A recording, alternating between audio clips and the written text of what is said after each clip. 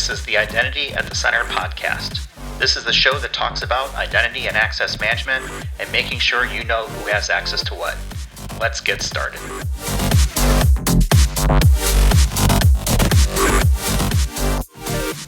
Welcome to the Identity at the Center podcast. I'm your host, Jim McDonald, and I'm going solo for this special episode. Jeff Stedman is on a much-deserved break, and we're recording on Christmas Eve.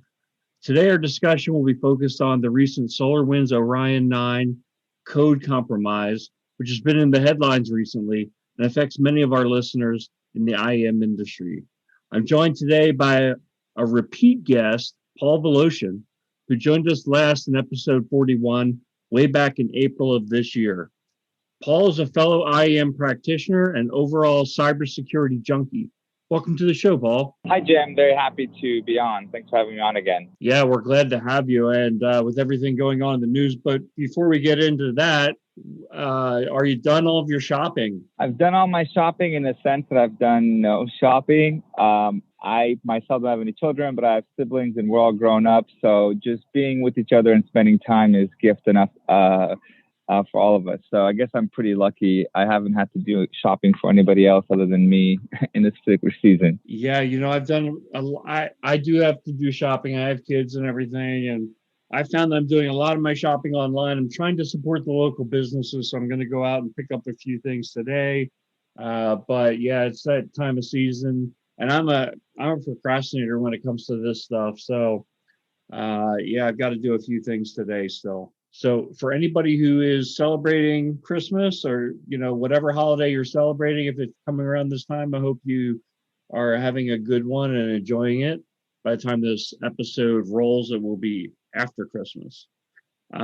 So on today's topic, Paul, tell us what's going on with the SolarWinds code compromise, which I've seen jokingly referred to as SolarGate or SolarGate. Yeah, definitely. So it's really interesting in my view, and this is just sort of my opinion. I think this is the, Pearl Harbor style sort of, it's not attack, intrusion in the sense that everyone is so caught off guard. So based on what we know so far, and this is looking at information from Microsoft and CISA and SONS and FireEye and others, what we know is that malicious code was inserted into a very popular network management system software called Orion, built by SolarWinds, which is from my home city, Austin, Texas. And so this compromised code or Trojan goes back to at least as early as March 2020 and was present in downloadable patches for the Orion management software until June 2020. So as part of that code, someone we suspect was a state actor was able to insert malicious Trojanized code, which ran on anyone that had that particular version installed, but the estimate is around 18,000 customers by SolarWinds. So this Trojanized software, because the services run as higher privilege elevated accounts, allowed the attacker to gain a foothold in the network and then kick off various other attacks as well against the organization. So it's a pretty big deal just because of the scope of potentially affected targets and also how much damage the attacker can do once they've compromised a network. Yeah, and the whole concept of a Trojan horse is to kind of, look like a non-threatening type of code or patch or update and then hide malicious content in it, kind of dating back to the Trojan horse attack in the days of ancient Greece. So I always think that's interesting if you think about it, is like burying this code in something that seemed kind of innocuous, and really it's quite the opposite. So really what the attack was about was getting through that and penetrating networks and then getting in the door and setting up accounts. So I guess this is really an IAM type of issue, really, going in and setting up new accesses to networks. our listeners are fellow IAM practitioners. So can you talk a little bit about how this affects them? Yeah, definitely. But I want to just go a little bit more detail on this particular attack because I just a little bit talk more about how it works because I think it's important to understand that and also understand the breadth of capabilities that it had. So, and just touch about a couple things you mentioned. So it's Trojanized in multiple ways. So one, as we mentioned, it enters the organization, the network through the Orion software. And then two, what I think is really sophisticated, it's got many anti-detection mechanisms. For example, it checks if you have any security tools running and it doesn't execute. It checks if it's running in a SolarWinds environment and it doesn't execute. It checks if it's running into a VM environment and doesn't execute. So there's a high level of heuristics that it checks to make it really, really hard. It checks, for example, one of the questions I had is why didn't somebody put a Wireshark trace on this and just see the data going out? Well, it's because it checks very simply if Wireshark is running and also all of Microsoft's anti or security tools. So that makes it really sophisticated in its anti-detection mechanism. And then the next stage, once it's in a target network, which is not SolarWinds, it's not a VM, it's not being inspected, it waits a period of time before it gets any data, but then it's able to perform operations, right? So some of those operations, as you mentioned, include account creation because the Orion software is running with high level of privileges. It's able to create accounts in the local system. It's able to use that to eventually gain access to a domain and domain admin or add accounts to the domain admin groups. That's one way that it's an IAM issue is that it compromises the identities of legitimate users in the organization. Seems like Active Directory is really a main target for this malicious code. Is that right? Yeah. So the ultimate goal of the attacker is really to exfiltrate data, in my opinion or in my view. And so to be able to do that, they want to gain as high level of access as they can. And often the on-prem is just a stage to the cloud-based attack. So once they've entered the network and the organization, they usually create a new account, which they will add to a domain admin group, for example, and then they'll gain access to the token signing certificate, which they will generate a new SAML certificate that they can use to access any sort of cloud federation trust that exists, and then enter that environment and then exfiltrate data, read emails, create new accounts. So this is a core IAM issue because it does have to do with with identities. So Paul, I've been seeing a lot of press covering this and talking about the complexity of the attack. It seems pretty sensible from the standpoint of get in, kind of perform lateral movement, set up accounts, but they've kind of tied it back to a nation state attack. Everything I've seen in the news that it's likely from Russia. But given what we know about it, why did they draw that conclusion that it was a nation state behind this attack? Yeah, it's a good question. So the conclusion is really because of a couple of reasons. One, the sophistication requires a high level of talent. And two is what they did with it.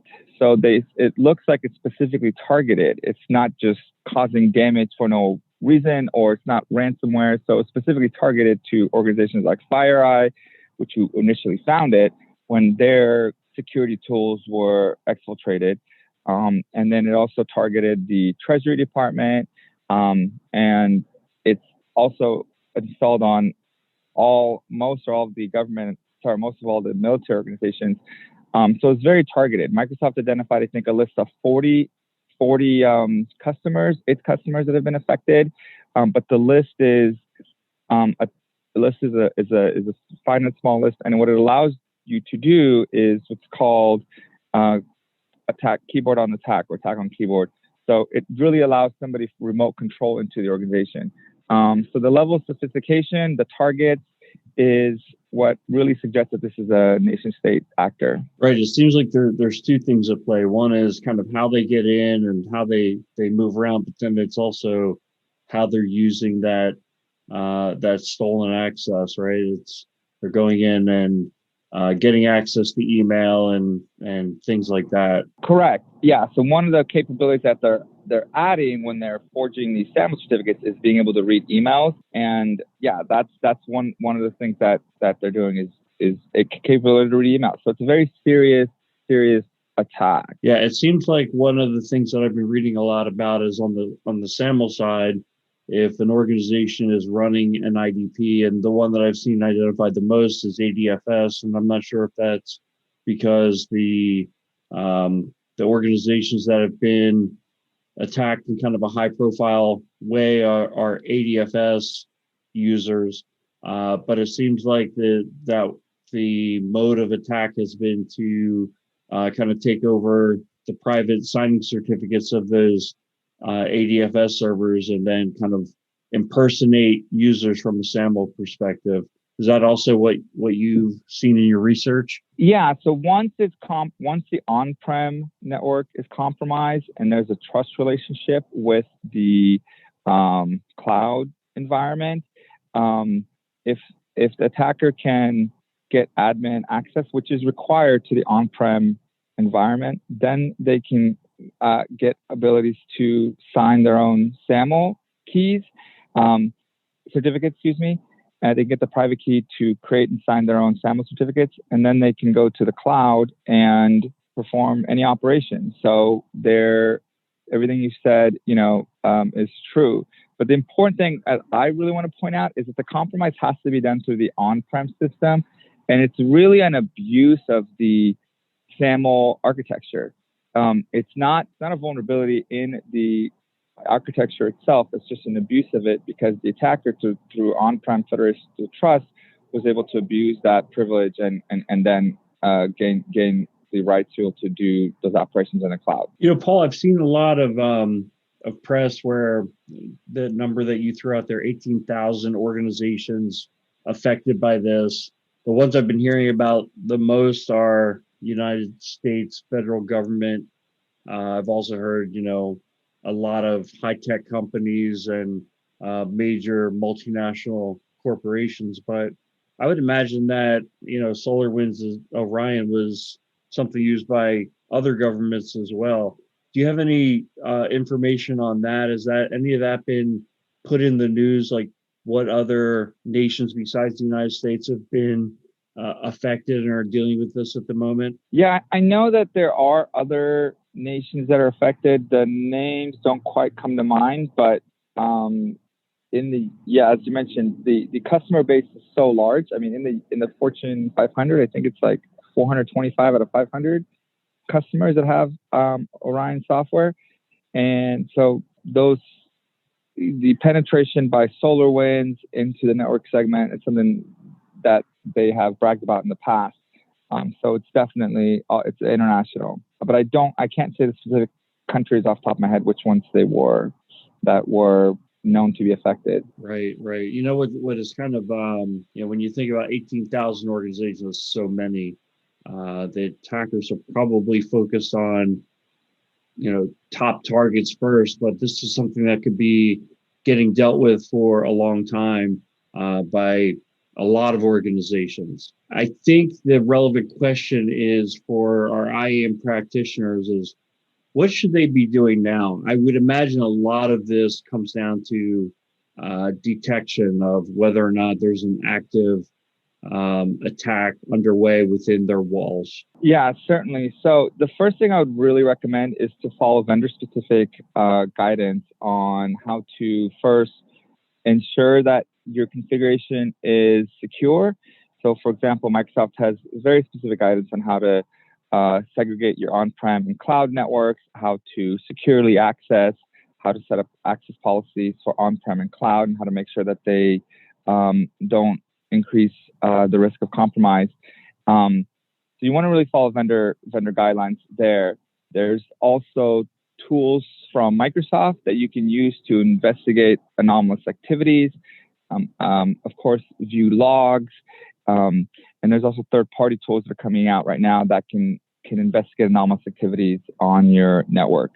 So I think from a automated or from a basics prevention perspective is you want to go back and cross your T's and dot your I's on how you're deploying your environment and to ensure that it's secure. And there's a lot of documentation on that now. Of course, this is after seeing if you have a SolarWinds system on your network and making sure that you have the right patch and making sure that you have your Windows systems patched, that they don't trust any software that has the malicious code.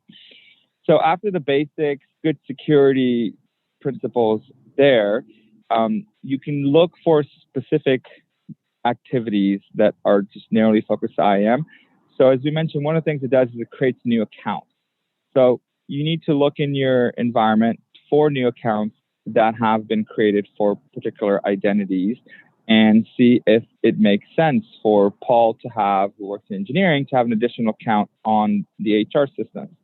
So some modern IGA systems can definitely, help with that through, say, account certifications, and those will tell you what new accounts have been created and allow you to take, action on them.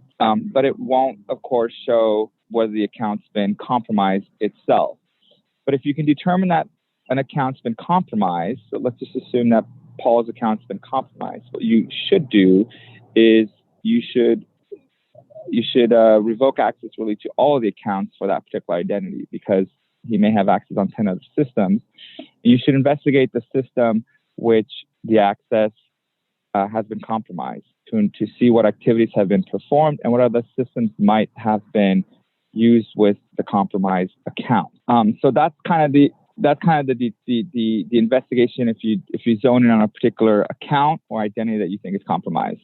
And there's more that we can do, but I'll let you talk. I'll let you make a comment. Yeah, no, it seems like some of this is basic blocking and tackling of a good identity governance program, really knowing when accounts are being created, and then privilege access. So if you have accounts that have elevated access, that your privilege access management system is discovering them.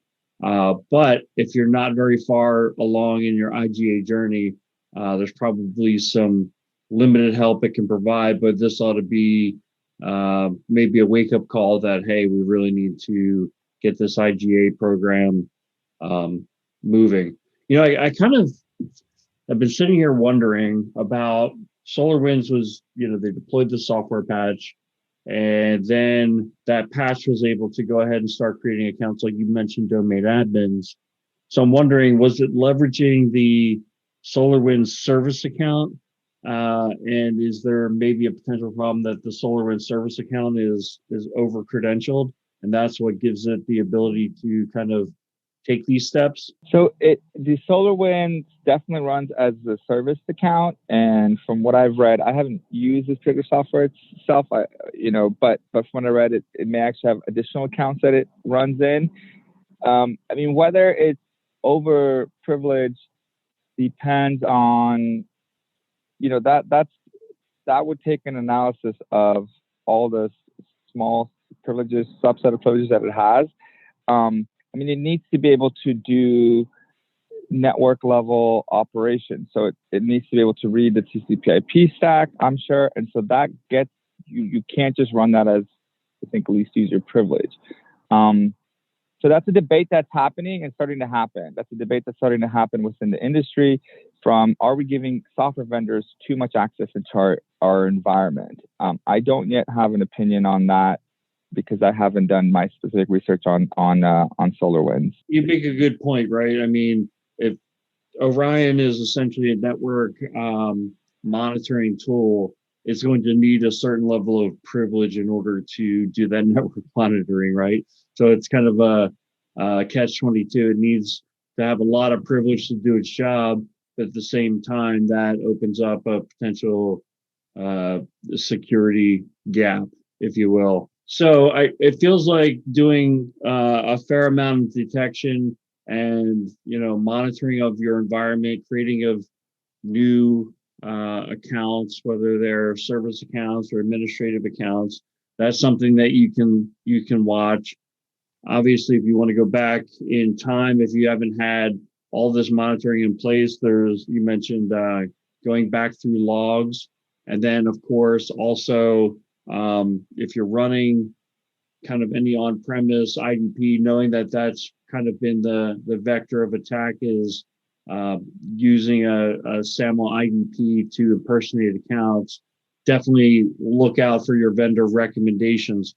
But I think one of my other takeaways from this is kind of evolving. We're learning more about it. It's kind of like the coronavirus, right? We're learning more about it over time. And I'm wondering for our listeners, what are some resources that they should be tracking on or staying abreast of to just stay up to date as things are evolving within this? Where are you going to be looking to continue your research? Good question. I'm mostly using the Microsoft resources. I think they are some of the best. I may be slightly biased because I've worked there before, but I think they really provide a really good detailed analysis and also recommendations on what to do if you're affected and how to investigate whether you're potentially affected. The DoD and NSA have also a couple of briefs out there, and CISA that are good. LinkedIn's also a great resource. So a lot of security folks are putting out content. I myself have frequently asked questions that I brought in some content, but mainly it's been Microsoft Research Center that's providing, I think, most of the content just to kind of understand what the problem is, just because that's been the attack vector.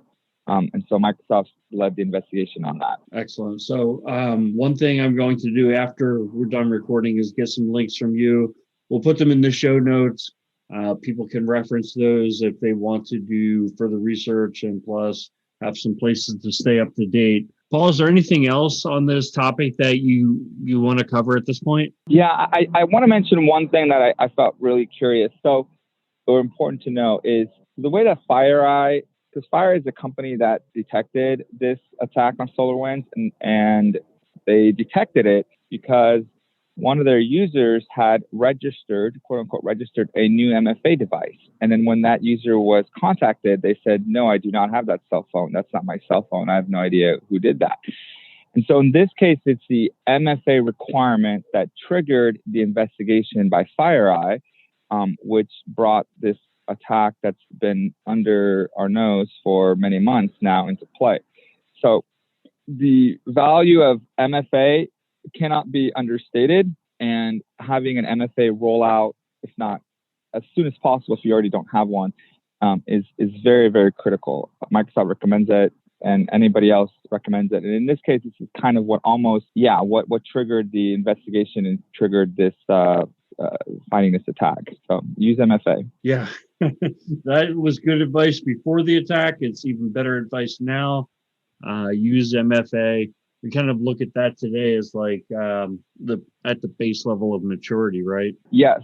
I think it's very, very important that we move away from password-based systems, and at least at the moment, using MFA is a transition for us to do that. Well, Paul, if there's nothing else you want to share at this moment, I wanted to ask you if people want to reach out to you directly. What's the best way for them to do that? Sure. So I'm on LinkedIn. I post quite regularly, perhaps too regularly, but you can reach out to me on LinkedIn, and I'll happily converse with you pretty much on any topic and help out in any way I can. And you're open to new connections and for people to, what do they call it? Not friending you, but connecting with you? Yeah, of course. And I'm really big on education. So I've started some efforts to provide some collaborative education services to anybody that's interested. So I have, for example, like a cybersecurity 101 course I run on Sundays, as well as going to start up a CISSP group shortly. So I'm happy to help out or collaborate with anybody on their cybersecurity journey, regardless of where they're at. And Paul's last name is Volosen. I'll have it spelled out in the title of the show, but it's Volosen. I got that correct, right, Paul? That's right. Volosen is the Romanian spelling, or Volosen. So Paul Volosen, or Pavel Volosen, also, I sometimes go by that. That's actually my formal name, but Paul or Pavel Volosen, you can find me. Really appreciate your time today, Paul. It's been great talking to you, and I'm sure all of our listeners really appreciate the research you've done and sharing that with them. We are, I think in our last episode we said that was our last episode for the year, but hey, this is a industry that moves at warp speed. So one last episode we've recorded here today on Christmas Eve 2020, the year that none of us will be sad to see flip over in the calendar. So appreciate everybody listening. We'll be back to publishing the podcast in the new year. I hope everyone gets a little bit of R&R and comes back in 2021 fully refreshed. Thanks for listening. You've been listening to the Identity at the Center podcast. If you like what you heard, don't forget to subscribe and visit us on the web at identityatthecenter.com.